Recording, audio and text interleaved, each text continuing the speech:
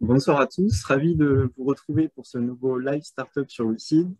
Ce soir, j'ai le plaisir d'accueillir Clara et Manuel, les deux cofondateurs de la société Vplus, qui est actuellement en phase de collecte sur la plateforme. Alors pour ceux qui n'ont pas forcément l'habitude d'assister au live, je vais vous présenter le déroulé. Donc une fois cette introduction terminée, je passerai la main à Manuel et Clara qui se présenteront et qui présenteront ensuite l'activité de Vplus et les enjeux de la levée de fonds en cours sur la plateforme. Et ensuite, on passera aux questions-réponses. Alors, pour ces questions-réponses, rien de plus simple pour vous. Il suffit de cliquer sur la bulle QR qui se situe en bas au milieu de votre écran, de cliquer dessus, de taper votre question sur votre clavier. Et ensuite, je me chargerai de la poser à Clara et Emmanuel qui répondront avec plaisir. Euh, Clara, Manuel, je vous passe la main, je vous laisse vous présenter et ensuite partager votre écran. Et moi, je vous retrouve pour les questions-réponses. Ça marche. Merci beaucoup, Maxime, et bonsoir à toutes et à tous. Donc, on va se présenter. Donc, moi, je suis Clara Duchalet, donc cofondatrice et présidente de Vplus, et avec moi, mon associé, Manuel Zebeda, aussi cofondateur de Vplus. Donc, juste en quelques mots, je vais vous raconter comment on s'est connus. C'était il y a 3 ans déjà maintenant. Voilà, Manuel est un serial entrepreneur spécialisé dans l'économie circulaire. Et moi, j'avais commencé à créer Vplus sur le papier en tant que projet. Et quand on s'est rencontrés, on a travaillé, ça a matché, comme on dit. Et voilà, 3 ans plus tard, c'est vraiment un plaisir de pouvoir faire cette levée de fonds via WeSeed et de pouvoir compter sur votre participation et votre enthousiasme. Je vais du coup passer à la présentation. Et au cours de la présentation, on va se la partager avec Manuel. Je lui passerai la parole. Alors, donc je vais partager mon écran.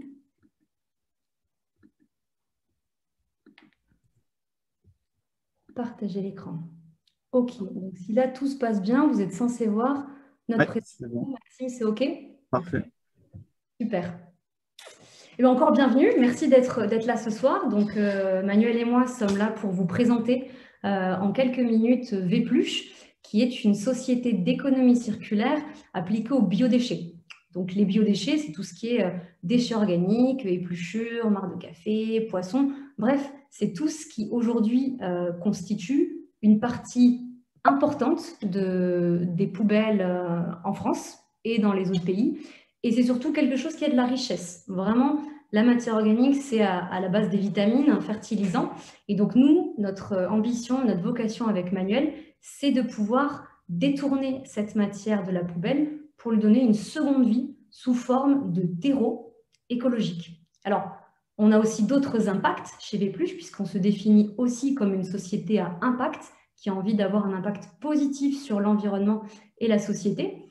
Donc, toute l'activité qu'on a développée, on a choisi de la faire avec une logistique zéro carbone. Donc, vous pouvez d'ailleurs voir Manuel sur le triporteur sur la photo, qui est à bord d'un de nos frigones, un de nos vélos super cargo qui circule en ville et qui opère l'activité que nous allons vous décrire dans quelques minutes. Et enfin, globalement, quand on s'attaque au sujet de la valorisation des déchets organiques et des déchets alimentaires, on s'attaque globalement au sujet de la lutte contre le gaspillage alimentaire, qui, je le rappelle, est un des top 3 des grands sujets planétaires contre lesquels il faut s'attaquer pour lutter contre le réchauffement climatique. Voilà. Cela étant dit, du coup, on va vous raconter ce qu'on fait à l'échelle de Vplus. Donc voilà, encore une fois, l'ambition, c'est de sauver la matière organique. Donc, avec Manuel et avec l'équipe chez Vplus, on a décidé de s'atteler au marché des professionnels, donc tout ce qui est B2B. Et nos deux segments principaux, c'est la restauration commerciale et les fleuristes. Il se trouve qu'on travaille également avec la restauration collective et qu'on étudie, on va le voir plus tard, mais la perspective de développer des boucles d'économie circulaire avec d'autres commerces en ville. Jusque-là, j'espère que vous me suivez. Top. Donc, hop, je ne veux pas couper le monsieur, mais hop, voilà. Le marché qui est le cœur de Vplus, avec lequel on a vraiment démarré l'activité en 2018, c'est celui de la restauration commerciale. La restauration commerciale, c'est là où vous allez au restaurant le midi, hein, c'est le café du marché, c'est la cantine du coin. Et ce sont des établissements qui sont vraiment des producteurs réguliers de déchets alimentaires. Quand on prépare un repas, il y a statistiquement une production de biodéchets, c'est les épluchures, c'est aussi les restes d'assiettes parfois, et c'est à ça qu'on propose, c'est à ça qu'on souhaite s'attaquer finalement quand on va voir les restaurants. Comment est-ce qu'on y va? Ben, c'est très simple, on passe la porte et imaginez-vous, vous êtes restaurateur, restauratrice et on vous explique que ce qu'il y a dans vos poubelles, ça a de la valeur. C'est dommage que ce soit envoyé en incinération ou en enfouissement, ça c'est contre-productif au niveau écologique. Non, non, au contraire, il faut que ça retourne à la terre. La terre nous apporte des fruits, des légumes et des tas d'autres choses. Il faut lui rendre quelque part ce qu'elle nous apporte. Et c'est ce qu'on propose au restaurant de manière très simple, avec une solution qu'on a baptisée biodéchets contre légumes.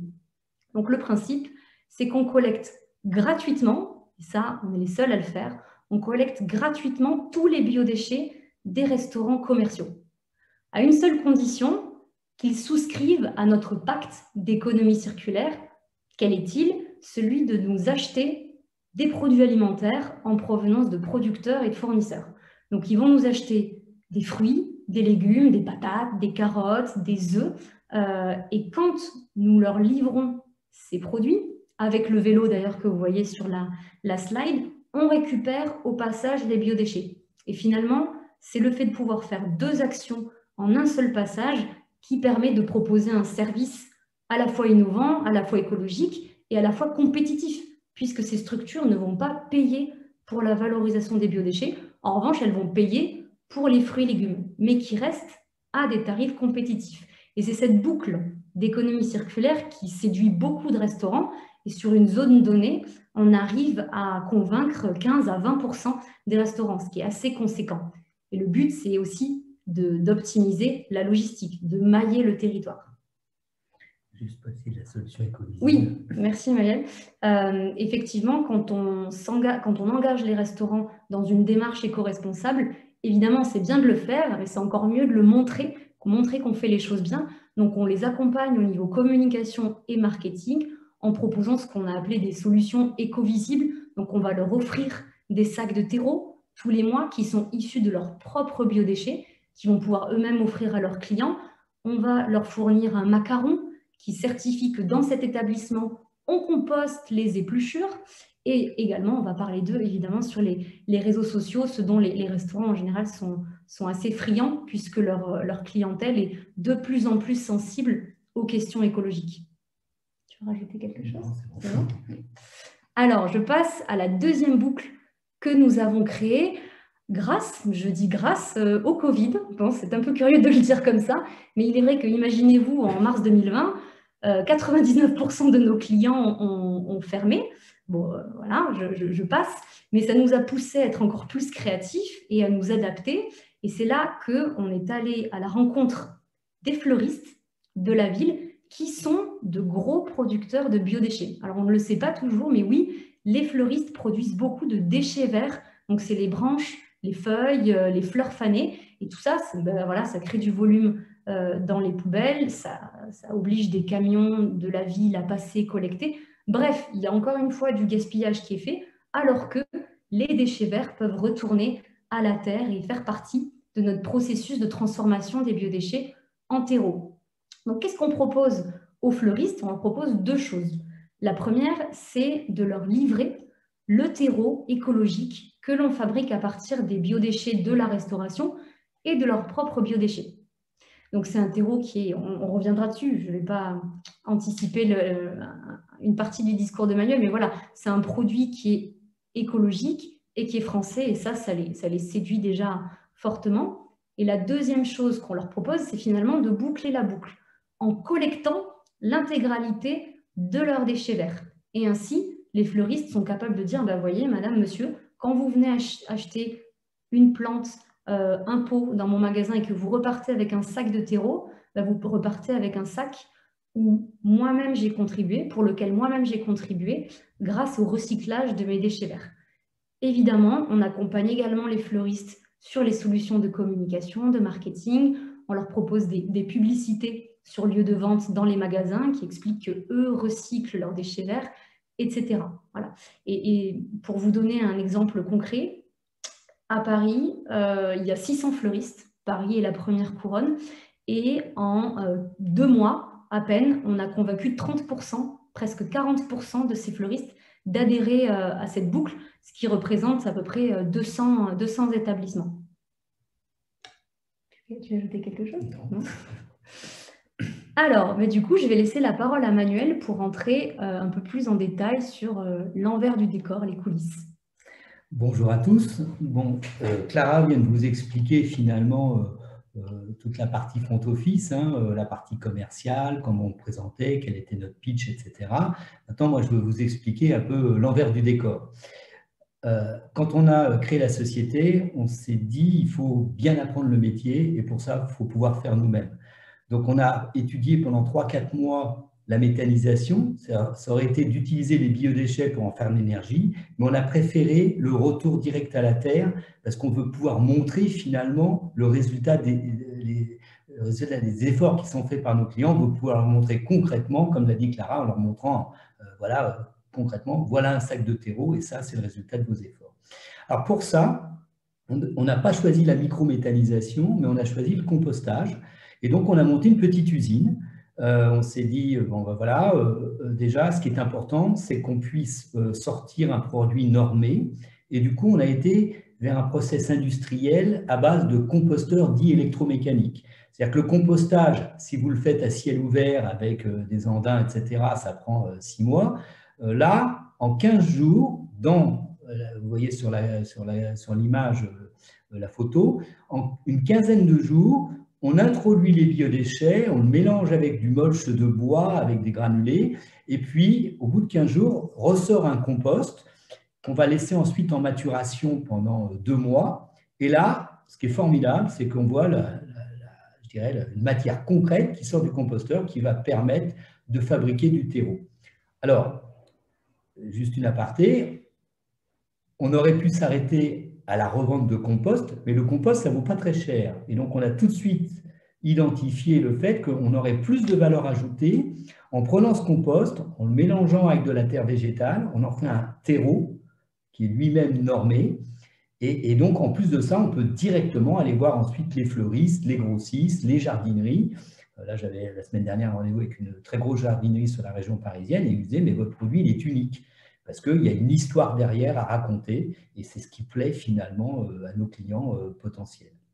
Voilà. Donc, on a une double filière de vente, soit aux fleuristes dans les villes, donc près des lieux de production finalement, soit des grossistes de fleurs et de plantes qui sont en général plutôt en périphérie des grandes villes. Avec, pour conclure, un terreau qui est 100% naturel, 100% écologique. Et croyez-moi, j'ai découvert ce métier, c'est que 80-90% d'ailleurs des terreaux viennent de l'étranger, comme les fleurs d'ailleurs. Donc voilà, donc là, on essaye de remettre ça, je dirais, sur le territoire français, et ce qui évite de transporter à nouveau dans une logique zéro carbone. Ensuite. Alors, la valeur, en 2 mots sur la valeur environnementale et économique du terreau.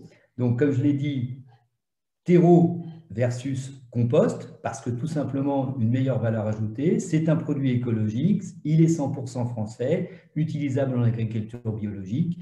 Et bon, pour les puristes, je dirais que nous, on n'a pas de tourbe ni de fibres de coco qui ont pour objectif en général d'alléger les sacs et de vendre un petit peu avec un meilleur rapport. Voilà. La bonne fin de cette histoire, c'est qu'on a vendu plus de 25 000 sacs en 2021. Donc, on était nous-mêmes assez surpris, je dirais, des résultats commerciaux de cette activité. Vas-y, je te laisse poursuivre. Alors, 2 mots sur l'équipe. Donc, on a constitué une équipe, c'est principalement Clara qui gère toute la partie RH. Donc, on a recruté déjà un ingénieur agronome, puisque pour gérer l'usine qui est située à 2 km du périphérique près de Paris, porte de Châtillon, eh bien, pour améliorer justement toujours un peu plus la qualité de notre terreau, on a un ingénieur agronome qui aujourd'hui pilote cette usine. Ce n'était pas une compétence qu'on avait nous en interne. Et puis, on a développé, on a 7-8 personnes qui travaillent sur les aspects logistiques parce que ça demande quand même de maîtriser plusieurs métiers. Il faut préparer les commandes des clients, il faut recevoir la marchandise, il faut faire le picking, ensuite il faut les livrer avec nos vélos. Donc en fait, une des difficultés de notre métier, mais c'est propre, cela dit, à l'économie circulaire, c'est qu'il faut savoir gérer plusieurs métiers. Et donc là, l'alliance d'ailleurs de Clara et de moi-même, c'est que Clara arrive avec toute son peps et sa fraîcheur, et aussi c'est une grande capacité de communication. Et moi, j'arrive avec déjà 5 ou 6 sociétés à mon actif, donc quand même une bonne maîtrise, je dirais, des processus classiques de gestion et de croissance d'une entreprise. Passe au suivant. Presque pour conclure, Vépluche, ce qui est intéressant, c'est qu'on est au carrefour, je répète le titre là, mais c'est une réalité, on est au carrefour de tendances fortes. C'est-à-dire que vous entendez, il suffit d'aller sur les médias, vous écoutez un journal d'information et vous allez voir qu'on parle beaucoup aujourd'hui de valorisation des déchets. Bon, on est dans le sujet. On parle beaucoup de lutte contre le gaspillage alimentaire, on y est également. Il y a tout un courant qui parle d'économie circulaire, que c'est quand même une façon de mieux gérer nos sociétés.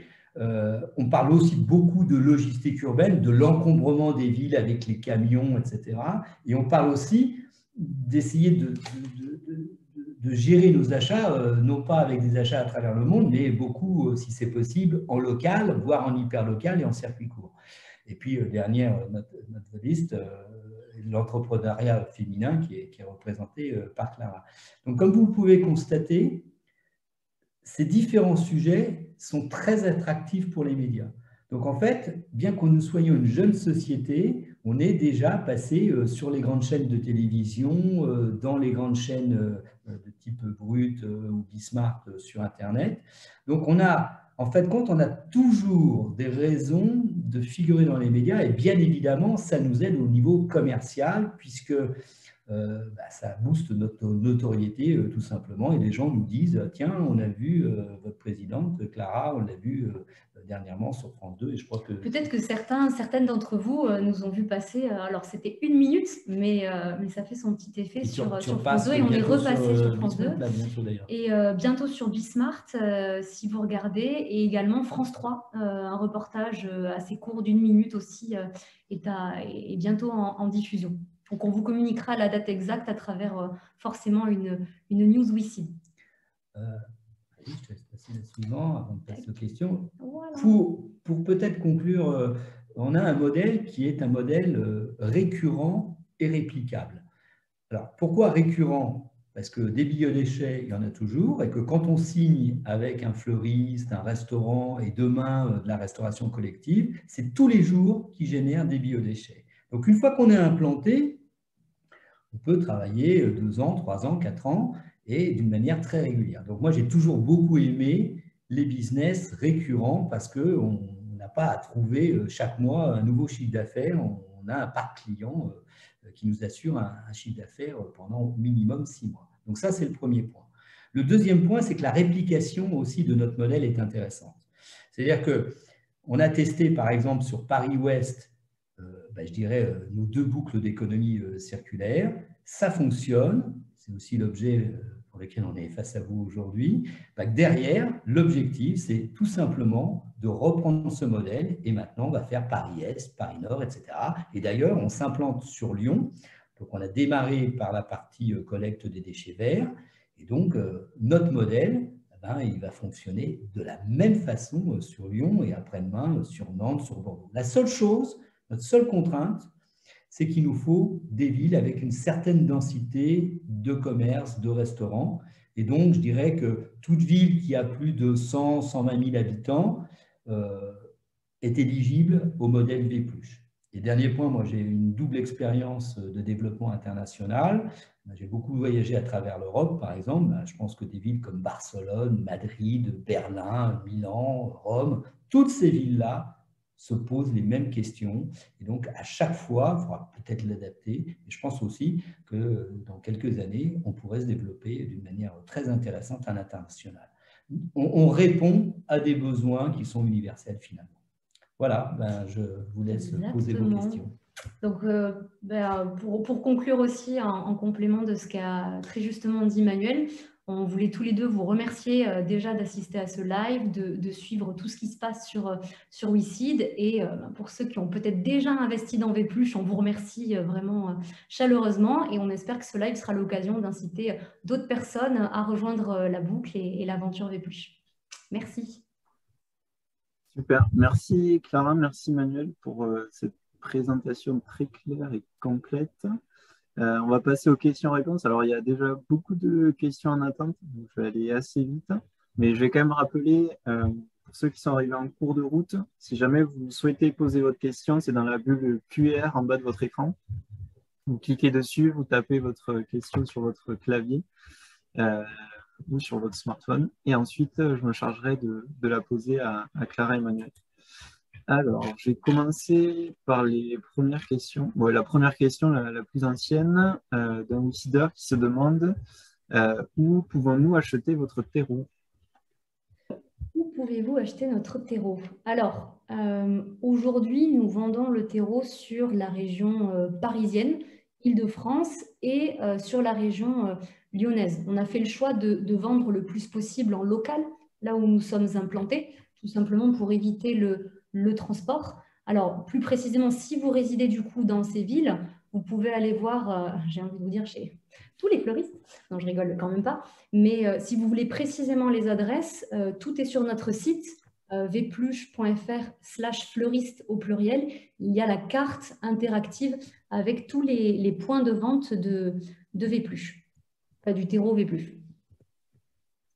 Ok, merci Clara. On va poursuivre avec une autre question de Sophie. Les déchets en provenance des fleuristes sont souvent issus de plantes bourrées de pesticides et ou OGM. Comment le terreau correspondant peut-il être écologique? Alors déjà, ce qu'il faut savoir, c'est que quand on met des biodéchets, donc on a le même souci, on pourrait dire avec la restauration, les déchets alimentaires, il y a ce qu'on appelle des sous-produits d'animaux, les SPA3. Et donc, ce qui est intéressant, c'est que dans le processus de compostage, déjà, on a un processus d'hygiénisation naturelle. C'est-à-dire que ça monte en température à 65 degrés et que ça tue absolument une grande partie, en tout cas, des bactéries. Et c'est ce qui nous permet de faire un produit normé. Donc, voilà, c'est le processus de compostage qui est naturel, qui fait qu'on élimine la plupart des éléments toxiques. Pour compléter ce que dit Manuel, nous faisons des études auprès de laboratoires indépendants très régulièrement qui, elles, nous font correspondre à la norme européenne utilisable en agriculture biologique. C'est pour ça qu'on a choisi d'ailleurs ce mode de compostage, parce qu'il y a un contrôle, il y a sur les composteurs qu'on vous a montré tout à l'heure, il y a des mesures, des capteurs de température aux différents endroits, etc. Et c'est ça qui nous permet finalement, et ça c'était important pour la revente du terreau notamment, il faut qu'on ait un produit qui soit normé. Okay. Et d'ailleurs, en parlant du composteur, est-ce que vous pouvez nous expliquer comment il fonctionne? Alors, l'usine qu'on a montée, il y a pas mal de matériel en fait. Donc, en fait, on demande aux restaurateurs de mettre les biodéchets dans ce qu'on appelle nos caisses bleues, quoi. Voilà, ils ont des petits contenants qui font une quinzaine de kilos. Et donc, quand arrive à Châtillon toutes ces caisses bleues remplies de biodéchets, il y a un premier passage qui broie toute cette matière, donc qui la mélange, qui la broie, ce qui permet d'éliminer ce qu'on appelle l'eau libre et donc d'optimiser les volumes qu'on a dans notre composteur. Donc on se retrouve avec une sorte de pâte, de pulpe plutôt, et il faut la carboner. Donc à cette pulpe, on y rajoute du mulch de bois en général, et c'est ça qui va être introduit dans le composteur. Au sein du composteur, il y a une vis sans fin qui tourne très lentement de façon à ce que pendant une quinzaine de jours, tout le processus de décomposition bactériologique se passe. Et à la fin, petit à petit, finalement, ce qui a été introduit il y a 15 jours va ressortir 15 jours plus tard, comme dans notre estomac, finalement. C'est un énorme digesteur. Et après, on le tamise. Et surtout, le processus dit de maturation, c'est que le processus de balayage se poursuit pendant 2 mois. C'est-à-dire qu'on ne peut pas utiliser le compost tout de suite. Il faut ensuite attendre 2 mois à peu près pour que le processus bactériologique soit terminé. Vous pouvez voir tout ce processus en images sur notre page projet sur WeSeed. Il y a une très courte vidéo de 3 minutes qui vous montre toutes les machines et tout le processus de compostage à Châtigny. Okay. Bon, du coup, n'hésitez pas à la regarder. On va poursuivre avec 2 questions qui sont liées sur votre business model. Alors, première question d'Anthony. Bonjour, comment vous rémunérez-vous? Vous percevez une commission sur les ventes des produits agricoles réalisés par vos partenaires? Et ensuite, on avait une autre question un peu similaire d'un autre WeSeeder qui pose la question suivante. Bonsoir, hormis la vente de terreau, comment êtes-vous rémunéré concernant la vente des fruits et légumes aux restaurateurs? Y a-t-il d'autres pistes de rémunération? Merci. Alors, très bonne question. Nous avons fait le choix d'avoir une activité dite de négoce. Donc, le négoce, c'est achat et revente de fruits et légumes et du coup, avec une marge.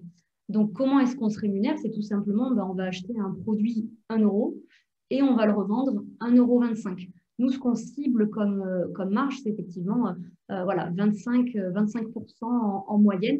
Donc, il y a des produits qu'on va vendre avec un petit peu moins de marge. Il y en a d'autres qu'on va vendre avec un petit peu plus de marge. Mais globalement, ça doit être une marge de 25%. Donc, c'est comme ça qu'on se rémunère au niveau de la restauration. Et ce qui est important de comprendre, c'est que ça fait beaucoup de volume, finalement. On a besoin de nos 2 jambes que sont la vente de terreau et la vente de fruits et légumes. On nous demande souvent, mais vous ne pourriez pas faire que l'un ou que l'autre? Non, vraiment, c'est ce qui caractérise l'économie circulaire, c'est qu'on a besoin, une jambe toute seule ne pourrait pas fonctionner. On a vraiment besoin de ces 2 jambes-là. Par contre, les fruits et légumes, c'est une plus faible marge, mais il y a un très gros volume. Et le terreau, il y a un moins gros volume sur une année, mais il y a une marge plus contributrice. Voilà. Et donc, juste pour compléter à la question du deuxième WeSeeder, l'autre piste de rémunération que nous avons mise en place, qui est plus qu'une piste du coup, c'est qu'on va facturer un tout petit peu de frais logistiques au restaurant, mais qui ne sont pas des frais de collecte. C'est l'achat de sacs compostables, par exemple, pour mettre dans les petits contenants pour que ce soit réglementaire en termes d'hygiène. On va facturer le lavage des caisses et tout ça, c'est des tout petits coûts, mais où pour le coup, la marge est assez forte, puisque c'est des coûts qu'on a en interne. Ok, merci Clara. Ensuite, on a une question de François qui se demande combien de clients avez-vous signé en termes de restaurateurs, fleuristes? Alors, sur les fleuristes, comme Clara l'a dit, on a démarré ça il y a moins de 6 mois finalement, en plein Covid. Et donc, on a signé, je crois qu'aujourd'hui, on doit avoir 220 ou 200 de mémoire, à peu près 220 clients qui sont des artisans fleuristes, plus quelques grosses jardineries.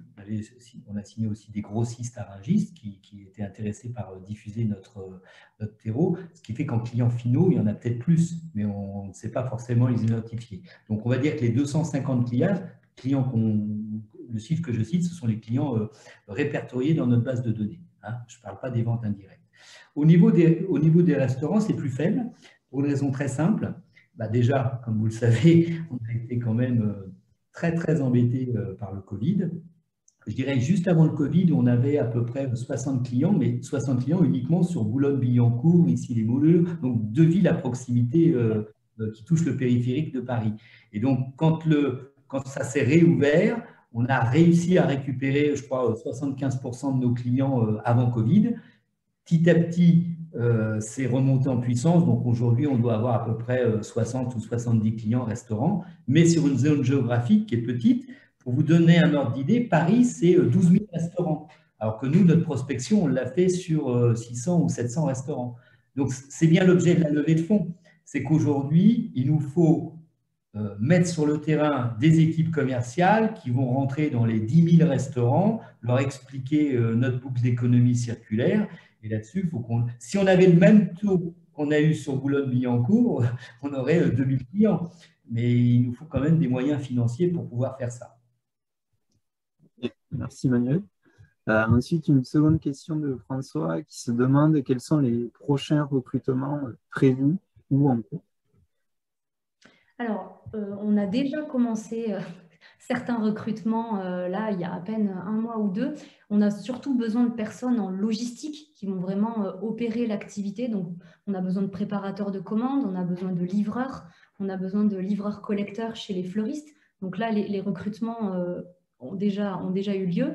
Les prochains recrutements qui vont avoir lieu, c'est un responsable des achats, puisque la question de l'approvisionnement est très importante dans notre modèle économique. Donc, bien acheter les fruits, les légumes pour pouvoir proposer des produits compétitifs et de qualité à nos clients restaurateurs.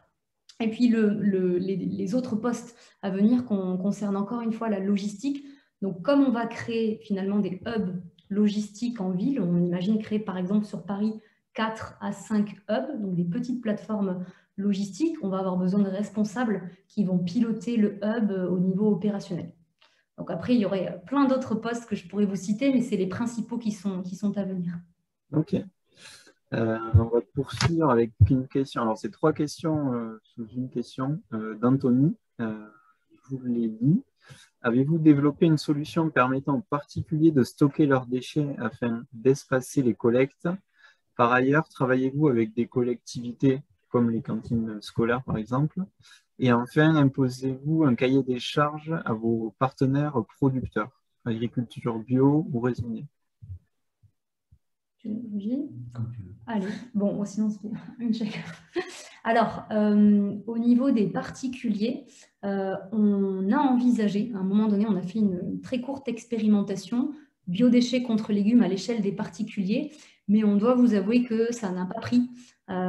C'était au début de l'activité de Vépluche, mais assez récemment, pendant la période du Covid, on a aussi testé la livraison de fruits et légumes tout court, sans réussir à mettre en place la collecte des biodéchets. Imaginez-vous, c'était le premier confinement, tout au début, on était vraiment en mode survie.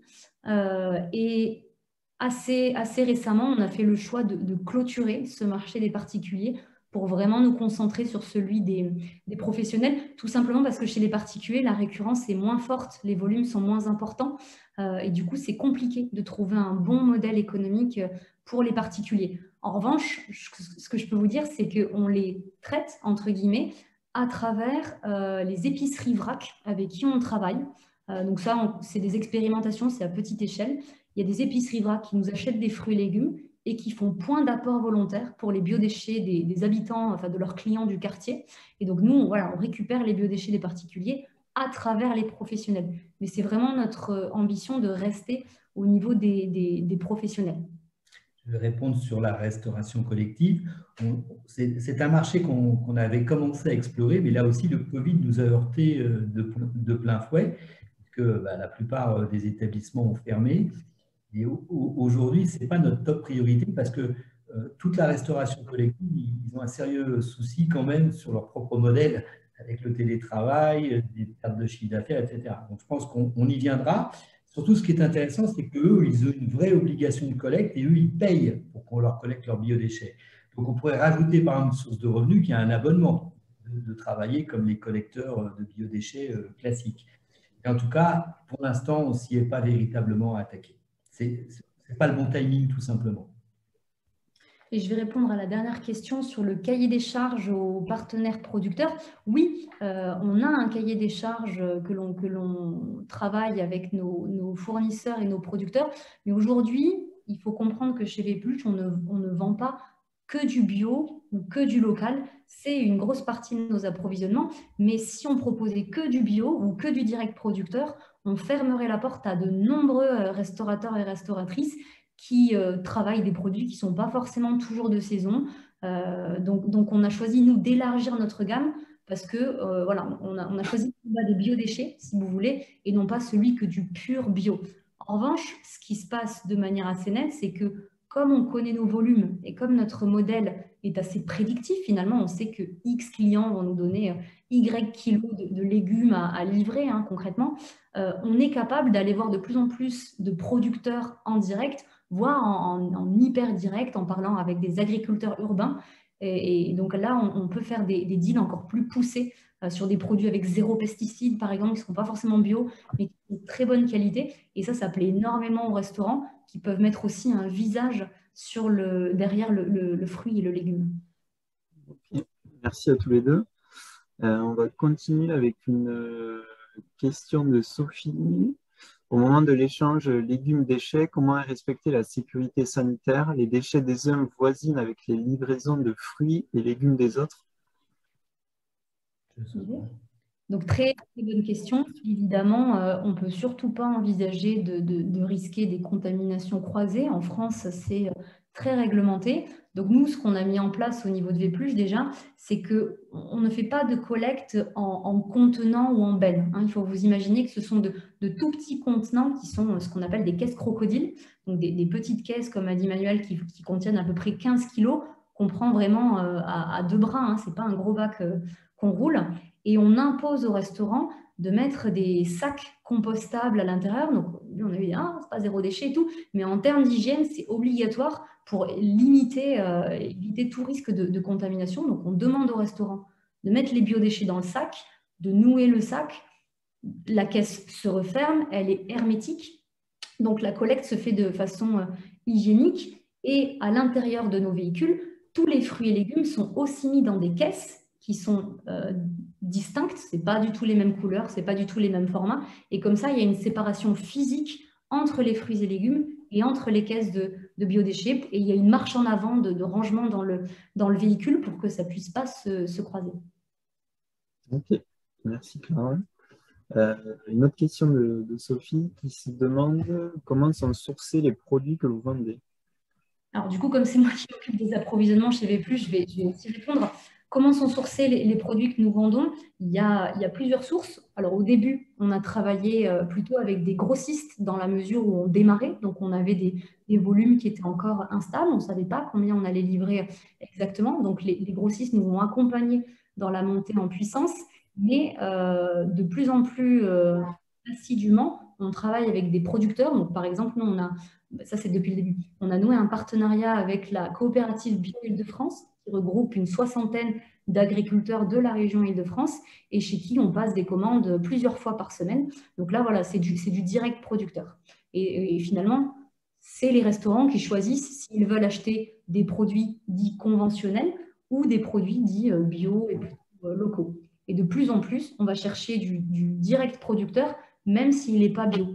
Parce qu'on peut se le permettre, on a les volumes et ça intéresse les agriculteurs de faire moins de logistique finalement, de livrer une certaine quantité importante en un seul endroit pour que nous ensuite on fasse le dispatch du dernier kilomètre. Okay. Ensuite, on a une question d'Elisabeth. Désolé, j'ai pris un cours de route. Comment comptez-vous vous développer au niveau commercial, sous-traitance, franchise? C'est une bonne question. On a une partie de nos équipes qui sont clairement des gens qu'on recrute. Donc là, on maîtrise notre avenir au niveau commercial. Et donc, par exemple, le développement sur Paris, vu qu'on n'est pas loin, on le fait avec nos propres ressources. Sur les villes en province, on pense effectivement à un modèle franchisé ou semi-franchisé. C'est-à-dire que ce qui est compliqué dans notre activité, c'est qu'on a plusieurs métiers. Donc, on pourrait imaginer de donner en franchise toute la partie commercialisation avec quelqu'un qui connaît bien le tissu local, par exemple, qui a une bonne connaissance de la région nantaise, etc. Et nous, par exemple, on conserverait, je sais pas, la création de l'usine de compostage locale, par exemple. D'accord ? Voilà, donc c'est un double modèle, soit avec nos forces commerciales, soit sur la province notamment, avec effectivement des franchises. Ensuite, on a une question d'Hervé. Quid de la tendance des villes métropoles à mettre en place des composts? Seront-ils des concurrents à terme? Alors, c'est une bonne question. Aujourd'hui, ce qu'on constate, c'est qu'au niveau des collectivités, on est à la recherche de solutions. C'est compliqué à mettre en place, mais de plus en plus, on voit des composteurs, donc soit des composteurs de quartier, soit des petits composteurs individuels donnés aux habitants qui sont mis en place. Il y a un rapport de l'ADEME qui est sorti il n'y a pas très longtemps, qui a estimé à peu près quel volume de biodéchets ça captait. à l'heure actuelle, ce sont de très très faibles volumes par rapport à l'immense volume de biodéchets qui est produit rien que sur une ville comme Paris, par exemple. Donc nous, notre vision, c'est que les solutions, elles sont complémentaires. Ce que la collectivité, elle cherche à mettre en place, c'est plutôt à destination des foyers, des particuliers. Et nous, on se positionne vraiment sur les commerces. Donc on estime que c'est complémentaire et que ce n'est pas vraiment de la concurrence à terme. On est quand même en relation avec eux pour voilà, partager ensemble les visions et voir comment on peut travailler ensemble. Je voudrais ajouter quelque chose, c'est que nous, on ne souhaite pas, donc là, il y a une décision un peu stratégique de notre part, on ne souhaite pas être un simple collecteur de déchets et juste un acteur de plus dans la valorisation des déchets. Nous, on dit que notre métier, c'est bien l'économie circulaire. Ce qui nous intéresse, c'est de montrer aux producteurs de déchets qu'est-ce que deviennent, voire qu'ils participent, qu'ils soient vertueux et qu'ils participent à cette boucle d'économie circulaire. Donc, finalement, mettons qu'un restaurateur nous dise « Venez collecter mes biodéchets, mais moi, je ne travaillerai pour rien d'autre avec vous », on lui dit bah, « Ok, continuez avec la ville ou avec d'autres prestataires. Nous, ce qui nous intéresse, c'est de créer avec vous une boucle d'économie circulaire. » Ok, merci. On va continuer avec une question de Fabien. Bonjour, comment pensez-vous industrialiser les collectes et livraisons si le nombre de clients croît rapidement? Et après, deux autres questions qui sont un petit peu liées. Est-ce que le projet est duplicable, pardon, et est-ce que des premières démarches ont déjà été initiées dans ce sens?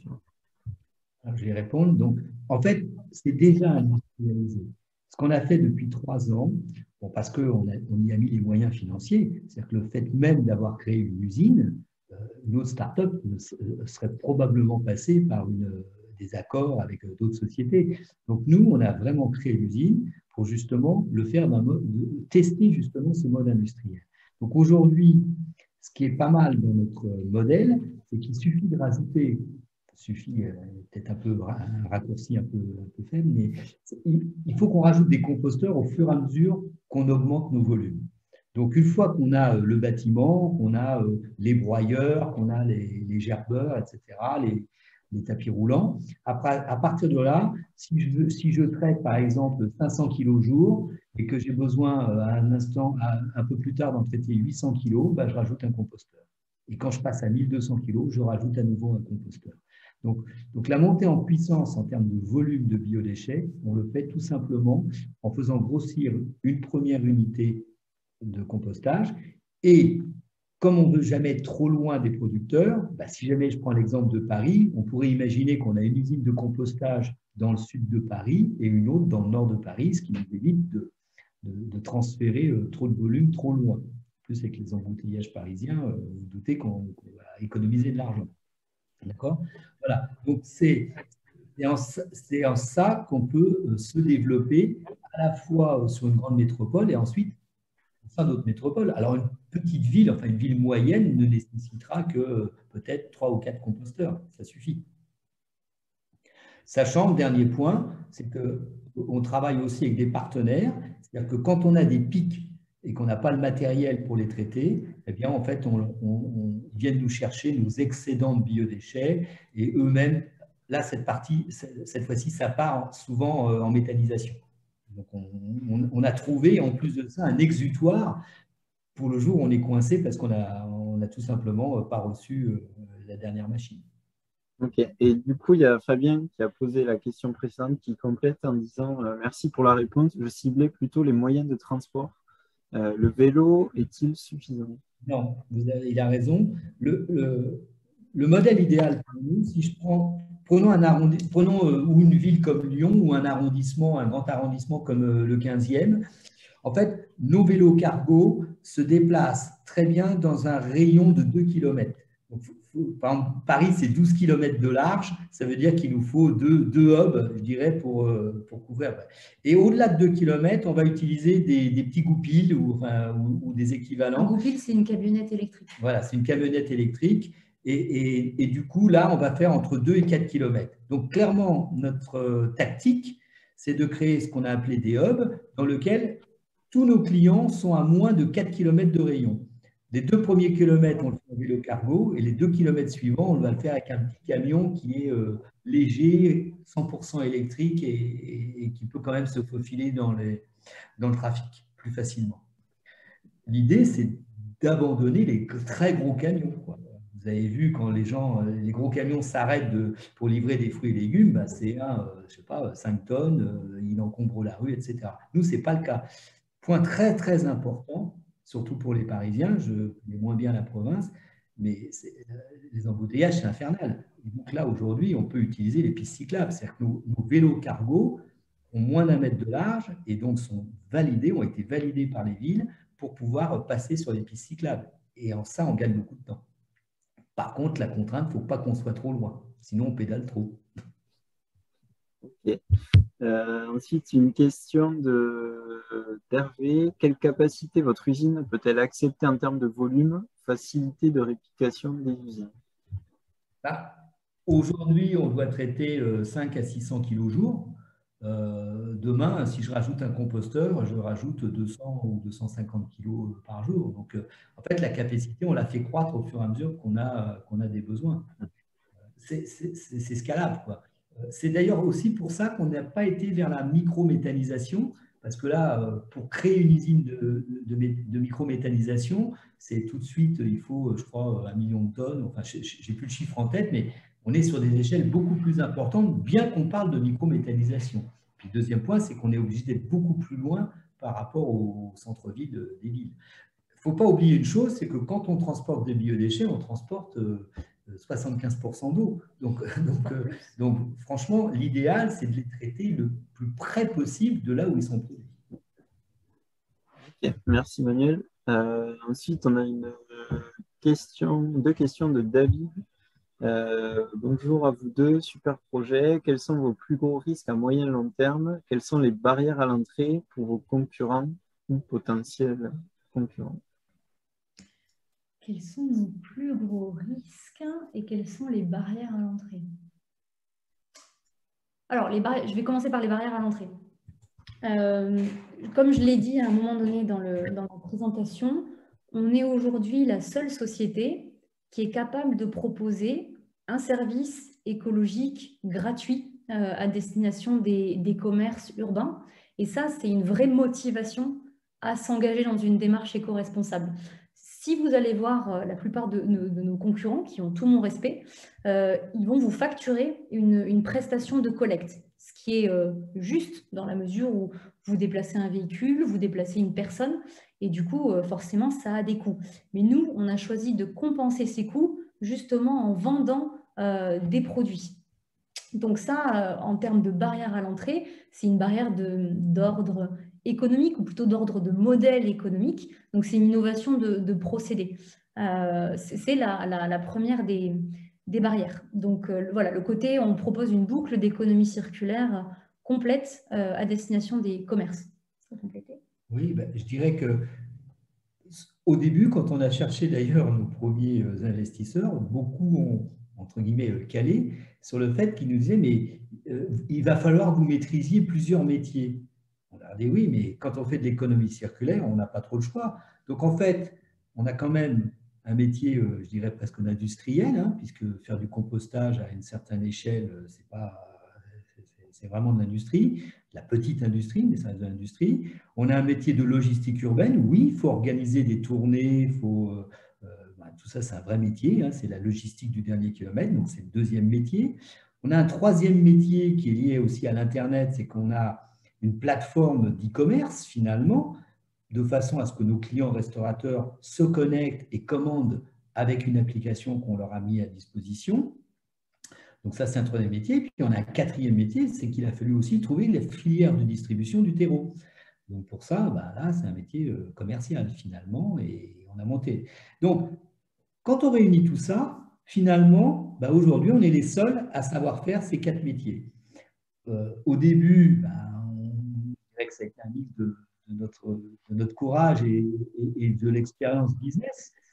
Maintenant, il a fallu 3 ans quand même pour mettre ça au point. Donc, c'est aussi une barrière à l'entrée. Je vois très mal une start-up aujourd'hui démarrer et dire on va faire la même chose que Vépluche et on va faire ça en moins de 3 mois. on peut leur donner tout l'argent qu'ils veulent, ils ne vont pas y arriver, à mon avis. Il faut minimum, allez, 2 ans pour arriver à maîtriser cette chaîne qui est assez longue finalement. Hein. C'est une boucle qui n'est pas facile. Je dirais presque qu'au début, on avait envie de rajouter un 5e métier, c'est de produire nos propres fruits et légumes. Mais là, pour le compte, on s'est dit non, là, c'est quand même trop loin de nos bases et donc on va travailler. Mais aujourd'hui, les agriculteurs sont assez demandeurs de bosser avec nous. Finalement, ils nous voient presque comme une équipe commerciale qui peut aller prospecter dans les villes. Voilà, donc ce métier, on ne l'a pas fait pour le compte. Super, merci. Alors, on se rapproche de la fin du live. On va prendre les 2 dernières questions et après, on terminera sur ça. Alors, la première des 2, question de Sophie. Quand pensez-vous arriver à l'équilibre? Alors, l'équilibre est prévu pour 2022, c'est-à-dire au moment où on aura développé plusieurs hubs et atteint un seuil critique, entre guillemets, d'acquisition de clients. Aujourd'hui, comme l'a rappelé Manuel dans la présentation, on a fait le choix d'investir, on a fait le choix d'avoir notre propre usine. Tout ça, ça a des coûts, tant au niveau de l'investissement que de l'exploitation. On a choisi de constituer notre propre équipe logistique. On a acheté les vélos cargo. Alors maintenant, on peut les louer. Mais voilà, tout ça, ça représente un investissement qui est assez fort pour une start-up. C'est assez inhabituel. On n'est pas dans une application digitale. Non, là, on est dans le hardware, comme on dit. Donc tout ça, ça représente beaucoup de travail, beaucoup d'énergie. Et ce qui fait que, bon, vous vous doutez en plus que le Covid a fait qu'on n'a pas pu prospecter la restauration, qui est notre fer de lance, pendant plus d'1 an. Donc là, la prospection a redémarré, et ce qui fait que pour 2022, on va pouvoir atteindre le bon nombre de clients qui va nous permettre d'être à l'équilibre. Et surtout, grâce à vos soutiens financiers qui vont permettre d'accélérer ce développement et cette croissance. Notre besoin, clairement, pour aujourd'hui, il est principalement d'augmenter le nombre de clients. Je crois qu'avec ce qu'on a fait, on maîtrise nos différents métiers.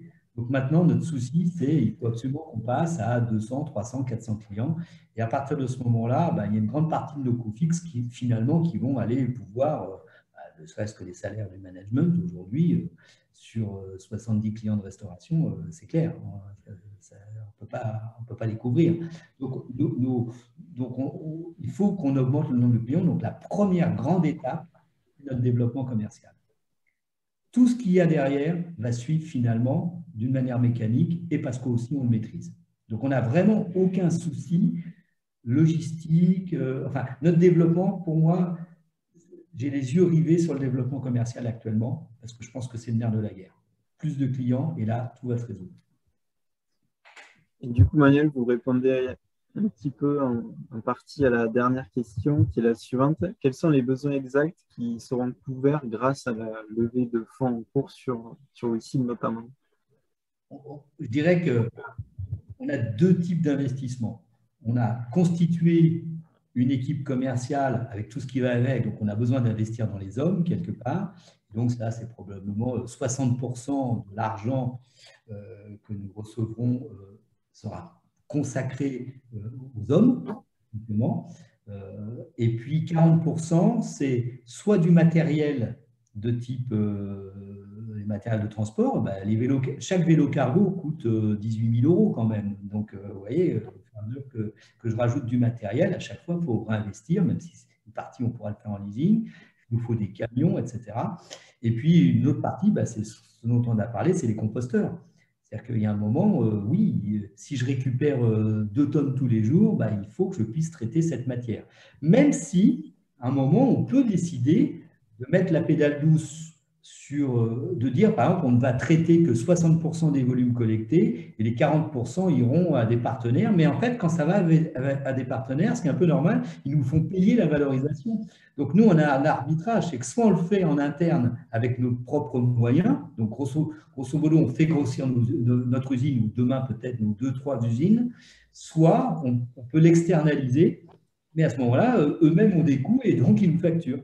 C'est aussi pour ça qu'au départ, on a créé notre propre usine, parce qu'on s'est dit, il faut apprendre le métier, et puis de toute façon, il y avait un coût derrière, et on s'est dit, c'est une impasse. On ne peut pas se permettre de tout sous-traiter. Ok. Merci Manuel. Je ne sais pas si vous avez un dernier petit mot à partager auprès des WeSeeders. Eh bien, un grand merci. Un grand merci d'avoir assisté à ce webinaire, d'avoir suivi notre présentation et d'avoir posé des questions ultra pertinentes. Vraiment, c'est un plaisir, même si on n'a pas pu discuter en live. Surtout, si vous avez d'autres questions, vous pouvez nous les poser via WeSeed, on y répondra avec grand plaisir. Et du coup, n'hésitez pas à investir et à partager autour de vous notre belle boucle. Super. Merci Clara, merci Manuel, merci aux Wicideurs présents en direct.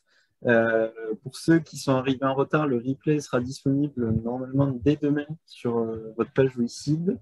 Et d'ici à la fin de collecte, n'hésitez pas à consulter les news, les commentaires, surtout les news qui seront publiées d'ici, sur les prochaines semaines. Il y aura aussi un événement physique qui est prévu pour la fin du mois d'octobre dans les locaux de Vépluche. Vous pourrez voir le composteur notamment.